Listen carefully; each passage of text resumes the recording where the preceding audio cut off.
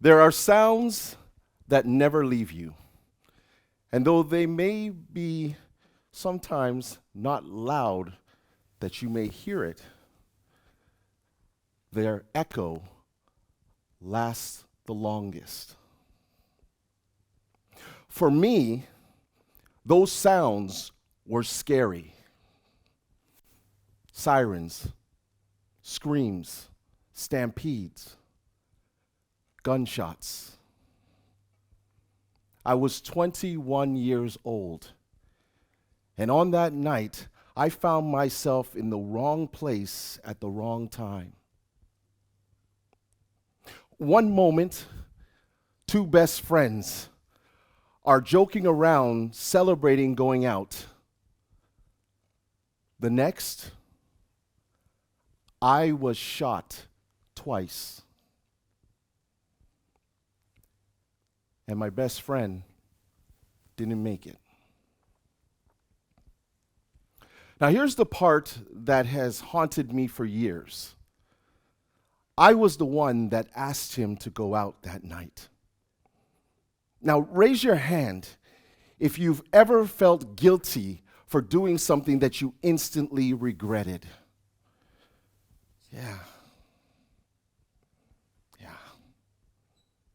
On that night, that question, why did I ask him, became a broken record that I just couldn't turn off. Why was I here and he wasn't? You see, I wasn't just mourning him. I was punishing myself, and that guilt was carried with me everywhere, in my relationships, in my work, and in silence. I was alive, but I wasn't living. And it took me some time to truly understand that. The pain that I had felt in that moment damn near killed me. I knew that I had to change who I was, and I had to change quickly, but there was no part of me that wanted to change. There's a part of your life that happens that when you go through trauma, it's almost like you have to go through that fight or flight mentality. And your brain's emotional control center, called the amygdala, floods your body with stress hormones. See, I was here when I needed to be there. It's a painful feeling when you feel guilty about doing something. You see, when your world, when something shatters your world, that fight or flight mentality kicks in. But I didn't fight or flight. I froze emotionally. I stopped talking, I stopped trusting, and more importantly, I stopped believing that I had anything left to give to the world. Now, I'm looking at this room right now, and I'm wondering to myself, have you ever been there where guilt has consumed you so much that you don't know whether or not you can move forward? Now, I know if you were expecting something to laugh at, that's not what you're getting here today. You're getting a reality check. A check into your own selves and to see who you are and what you are capable of handling. my life has been a strange one from beginning to end. And I will tell you right now that I have seen more times that guilt consume me than I could even begin to tell you. But here we are. I'm standing on this stage, giving you an insight into my world, an insight into a painful life that when you looked at me when I was walking around, you probably said, wow, he's got everything. Man, he even dresses good.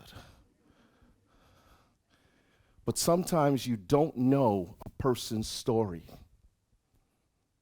So there is my story. There was a moment in my life when I looked back to all that had happened. And in that moment, I questioned, was there a plan for me? And that plan started to become very crystal clear. It became clear to me that I was here for a reason. Now, raise your hand if you believe that you are here for a reason. You are. You are here for a reason. And my reason was that I felt I needed to share this story so that everyone can understand that just because I had been through pain at the age of 21 doesn't mean that I have to live it all the way through. See, psychologists call this loss aversion, where you shut down and you build walls and you carry anger like armor because being angry feels safer than being broken. And believe me, I was angry and broken for many years.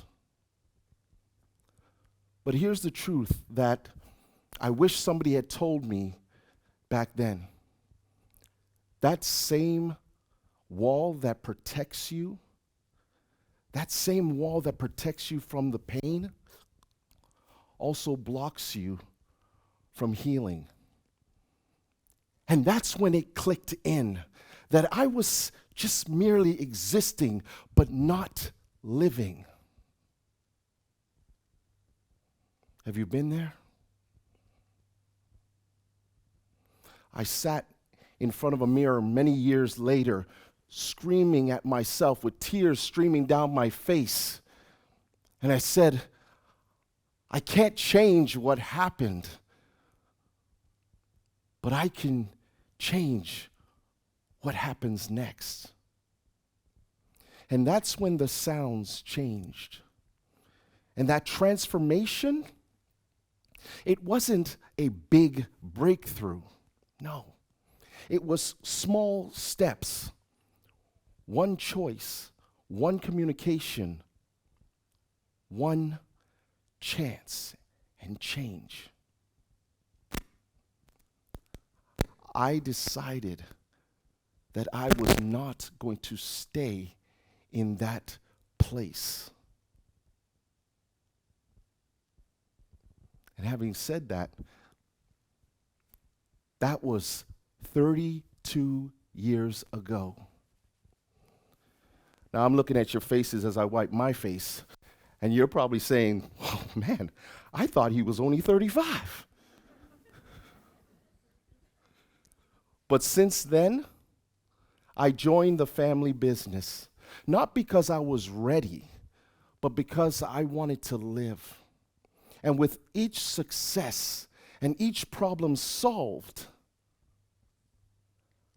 I changed myself. And I started to rebuild even after everything I had went through. I started to share my story as I'm doing here today. And what I realized was that I had the gift of gab by turning pain into purpose. And I started learning how to speak. And eventually, I started competing on various stages. And I found myself under the bright lights of the World Championship of Public Speaking. Yeah. I became a 4-time semifinalist and just recently placed 3rd in the world.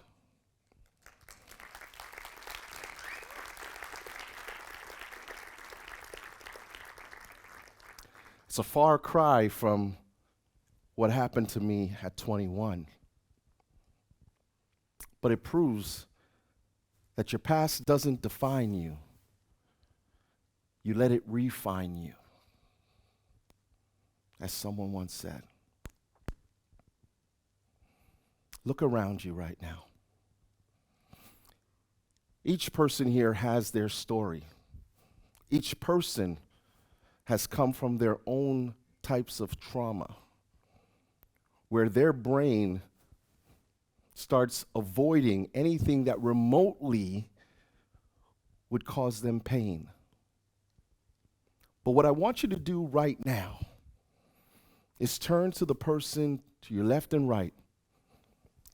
And what I want you to do with a loud voice is say to them, "You are enough." Somebody even said "we." I like that. See, it reminds me of what Oprah Winfrey once said, that you have to turn your wounds into wisdom. I'm going to repeat that. Turn your wounds into wisdom. My wounds have healed from that shooting, but I learned a very important lesson, that you don't have to erase the scars to move forward. What you have to do is let them remind you of how far you have come. Remember this, how far you have come. Today, I'm standing in Germany.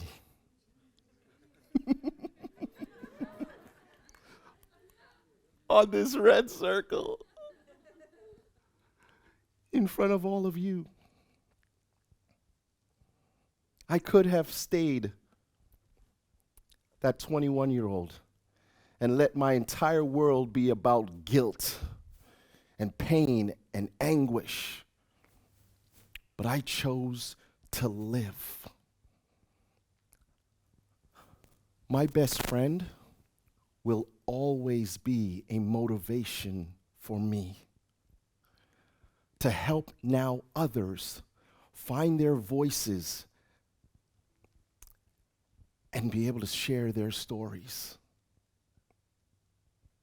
Now, when I first started this, I said to you that there are sounds that never leave you. Well, for many years, those sounds were scary to me. But today, the loudest sounds are of those who share their success stories from resistance to resilience. And my hope for you is that the sound that echoes the loudest will be your voice, and your voice, and your voice, and your voice. Sharing your voices, sharing your stories, and leading it to your greatness so that you can become unstoppable. Now that is a sweet sound. Don't shake.